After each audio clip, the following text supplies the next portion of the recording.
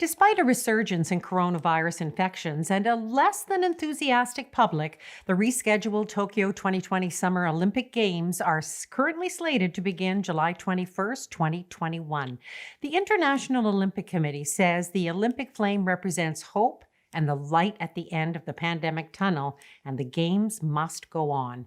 Andrew Wonders is an assistant professor of sport business management at Cedarville University. He worked for the Olympic Organizing Committee in Sydney and Salt Lake City, among other very high-profile roles in the sports industry.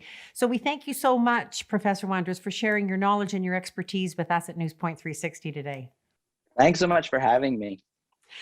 So Tokyo is hosting 11,000 athletes from more than 200 national Olympic committees around the world. Staging these games is huge, complex undertaking. And they've canceled but never postponed. So is there a blueprint for this type of thing? Because the implications must be expansive and potentially expensive. Yeah, so your first question, is there a blueprint? Not exactly.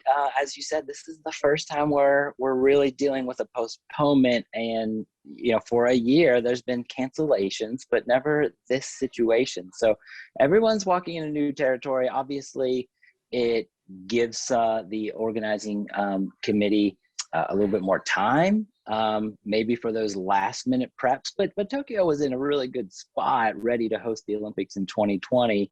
So I have a feeling that most of their year was spent dealing with preparations for how to handle that pandemic, moving into 2021 here. Well, postponement creates real challenges, not just for the organizers, but for the athletes as well. So, in terms of athlete development, you'd assume that having an extra year of training would be a really beneficial thing. But can you even compare training during a pandemic to regular training? Has this been good for the athletes, do you think, or not so good?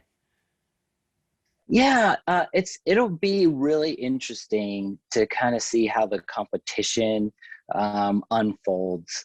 I think these athletes are so skilled at heading into what for many is the absolute peak of their athletic career, that they're timing everything to be at that peak.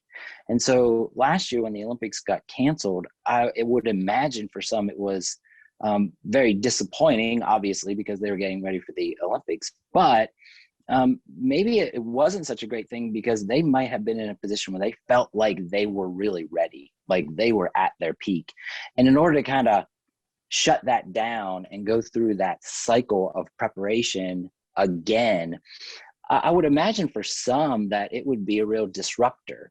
Now, for others, that probably would be a potential advantage because maybe they weren't getting ready the way that they wanted to. Preparations weren't, happening for them the way they thought it might go. And so for those athletes, they have another chance to hit that cycle again. Certainly every sport is different. There are some sports, where athletes peak at younger ages, and other sports where athletes peak at older ages. So I think the year, sport dependent, athlete dependent, could mean a variety of things. Yeah. Well, all those athletes who qualified in 2020, I guess, remain qualified. But what about potential new up and comers being added? And what impact has the pandemic had on Olympic trials, testing, even anti doping efforts? Yeah, so you're right. And one of the real unique scenarios with this particular Olympics, which is, no blueprint for, is if you had qualified for the Olympics last year, your qualification would remain. But in addition, we have these new athletes that could potentially qualify during the qualification cycles now. So again, kind of sport dependent. Every sport has a different way to move their athletes onto their national Olympic team for a respective sport. So sometimes sports do it over the course of a season, like you tally points, and if you get more points, as an example, you might make it onto the Olympic team. Other sports, it's more like a real trial, an Olympic trials. And, if you win or, get a certain or place at a certain level, then you go to the Olympic team. So every sport is just kind of unique. And that's one thing that the IOC, through the international federations, through the National Olympic Committees, and through those national governing bodies for the individual sport, they all kind of have their system set up. And with, as you mentioned, with 35 sports and 200 countries, 11,000 athletes, there's a lot of different stories to tell there just to get to the games. Well, what about testing and anti-doping efforts? Would you say that the pandemic has restricted those efforts?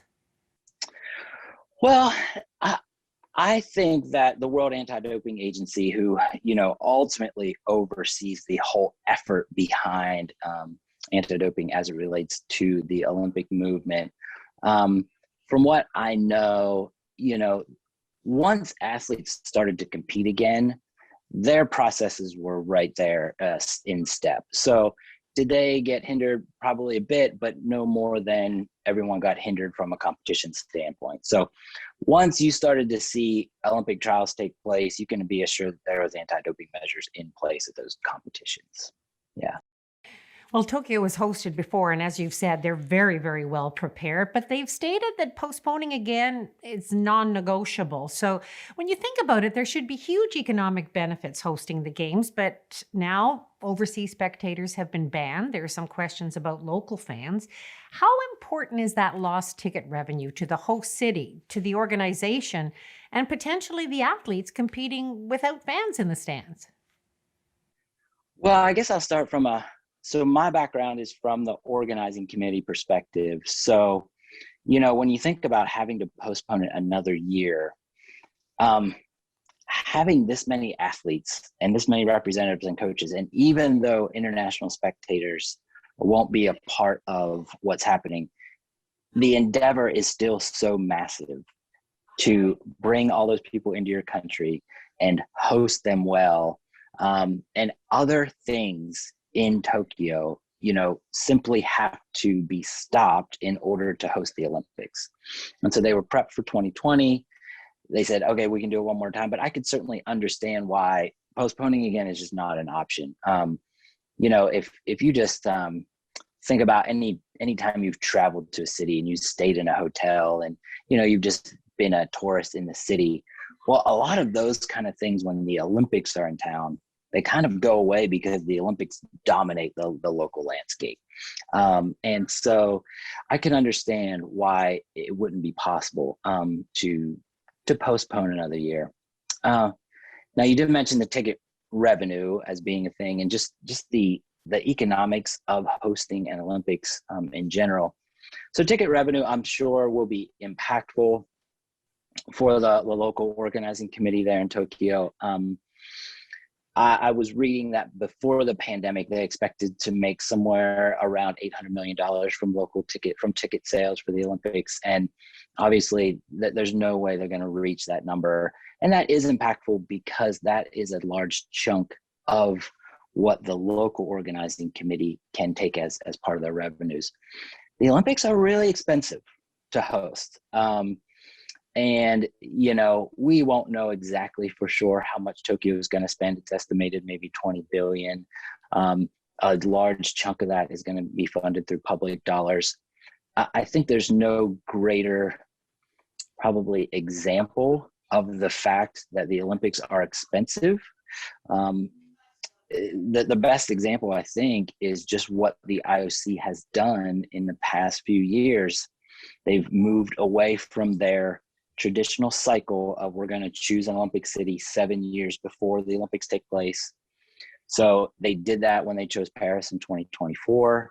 But then at the same time, they said Los Angeles is going to host it in 2028. And it was partially because the bids were so, they're very good bids that those two cities put together. But also there wasn't a whole lot of cities lining up to host the Olympics anymore. And that goes directly back to it is a very expensive endeavor. And is it a showcase event? Yes. Does it always make sense financially? Most of the time it doesn't. Yeah. And so we're seeing a bit of a change from that perspective. Yeah. Well, let's look at that showcase event. There are 5 new sports that are being added and baseball returns. What's new for 2020? Yeah, there's some new things. There's surfing is new, 3-on-3 basketball is new, baseball's back, softball's back, karate I think is back. There's also, interestingly enough, some um, mixed team sports. So, for instance, there's going to be a swimming event that I believe is a medley relay, but men's and women make a mixed team. So that's kind of a new thing that's happening in more than one sport. So that's kind of a new thing as well. So, I think that the Olympic movement does a good job of representing its program to try to capture what's happening athletically around the world. Yeah. So, besides all that uncertainty around the pandemic, what is the buzz? Are you hearing other issues that are rocking the 2020 Olympics? I'm hearing some weather and heat concerns, some water quality concerns in Tokyo Bay. What are you hearing? Yeah, it's hard to hear much besides the pandemic. It's hard. And I think that we have in the past a few past Olympic cycles, Rio, and if I think back to 2004 in Greece, and I mean we've had some real concerns about, well, you mentioned things like water quality, infrastructurally, is the city going to be ready? I mean, those were major real concerns.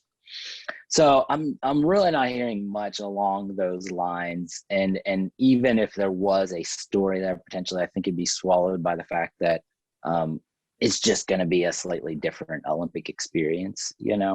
Um, Even going down to the fact that, if I'm an athlete, I'm kind of restricted on when I can show up in Tokyo and how soon after competition do I have to leave Tokyo.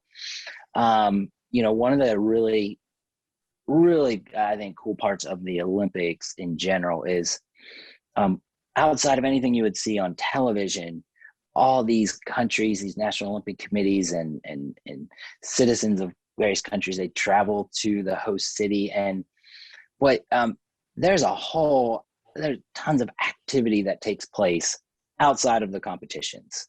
And a massive percentage, I think over 70% of the athletes that are there at the Olympic Games are done with competition within the first 3 or 4 days of the Olympics.